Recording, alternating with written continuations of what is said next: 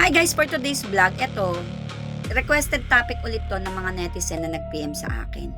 Paano daw kapag nawalan ng trabaho at wala na silang kakayahang magbayad? Ano ba yung dapat gawin ng mga borrowers na nakaka-experience ng ganito?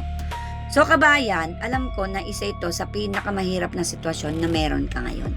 Biglang nawalan ng trabaho tapos may nakabinbing ka pang utang sa cash now.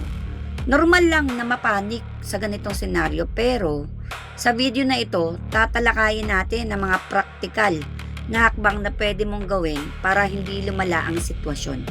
At kung anong mga support system ang meron sa UAE para pwede mo siyang gamitin. So, ang unang dapat mong gawin, kahit gaano man kahirap, ay huwag kang mag-ghost o mag-ignore sa cash now. Base kasi sa abogado ng UAE, sa payo ng abogado, pagdating sa mga ganitong kaso, ang prioridad matapos mawalan ng trabaho ay ang direktang pakikipag-ugnayan sa lender. Okay? Para hingiin ang restructuring o rescheduling ng loan mo. Ibig sabihin, mas mababang buwanan pero mas mahabang panahon ng pagbabayad para mas manageable sa iyo habang wala ka pang trabaho or stable income. Ito ang unang linya ng depensa mo dahil kung hindi ka man makabayad ng buo, mas mabuti pa rin may communication ka sa kanila kaysa manahimik ka ng tuluyan dahil ang katahimikan ay madalas na nagpapalala ng sitwasyon. Hindi ang pagiging bukas tungkol lang sa kahirapan mo, okay? Pangalawa, importante mong malaman na may government back na insurance scheme na tinatawag nila na ILOE dito sa UAE. So, involuntary loss of employment. Insurance to na ipinatapad noong 2023 kung natatandaan ko man. Sa scheme na to, nagbibigay ng hanggang 60% average basic salary mo sa loob ng maximum na 3 buwan para makatulong sa iyong living expenses habang naghahanap ka pa ng bagong trabaho.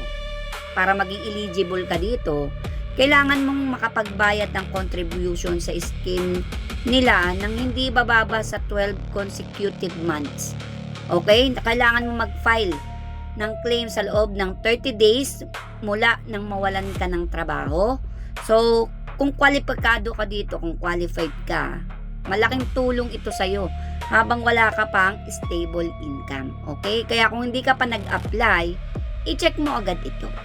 Pangatlo, mahalagang tandaan, walang batas sa UAE na nag-oobliga sa lending companies na isuspend o i-freeze ang bayarin mo dahil lang sa unemployment ka.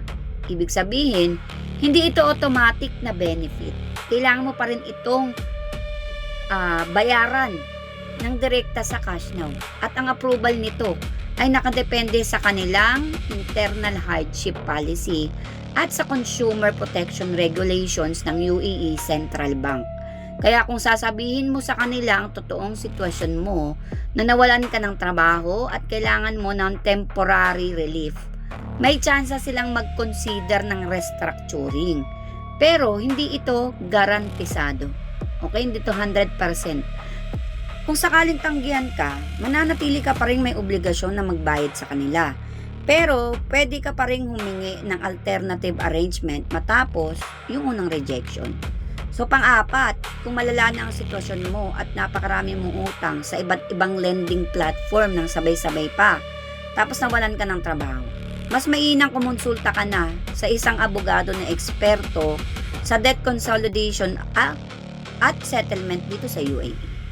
Base sa payo ng mga legal experts, mas mabuti kung meron kang abogado na makikipag-usap sa mga creditor mo, lalo na kung marami na yan, dahil mas alam nila ang tamang paraan ng negotiation at kung paano protektahan ang karapatan mo habang nireresolba ang usapin.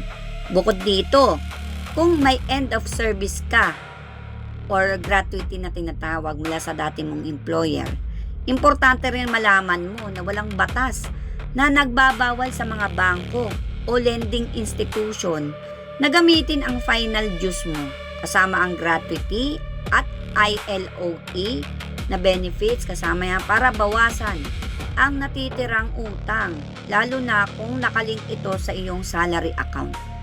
Sa huli kabayan, ang pinakaimportanteng mensahe dito ay kahit gaano pa man kahirap ang sitwasyon mo ngayon, mas malaki ang panganib kung tatakbuhan mo ito kaysa haharapin.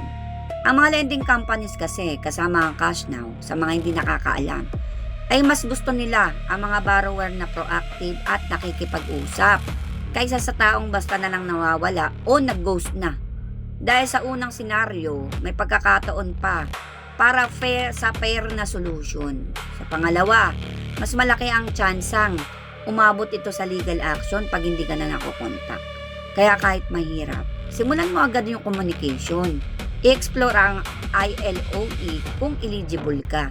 At kung kailangan mo ng dagdag na proteksyon, huwag mag-atubiling humingi ng tulong sa isang licensed na abogado.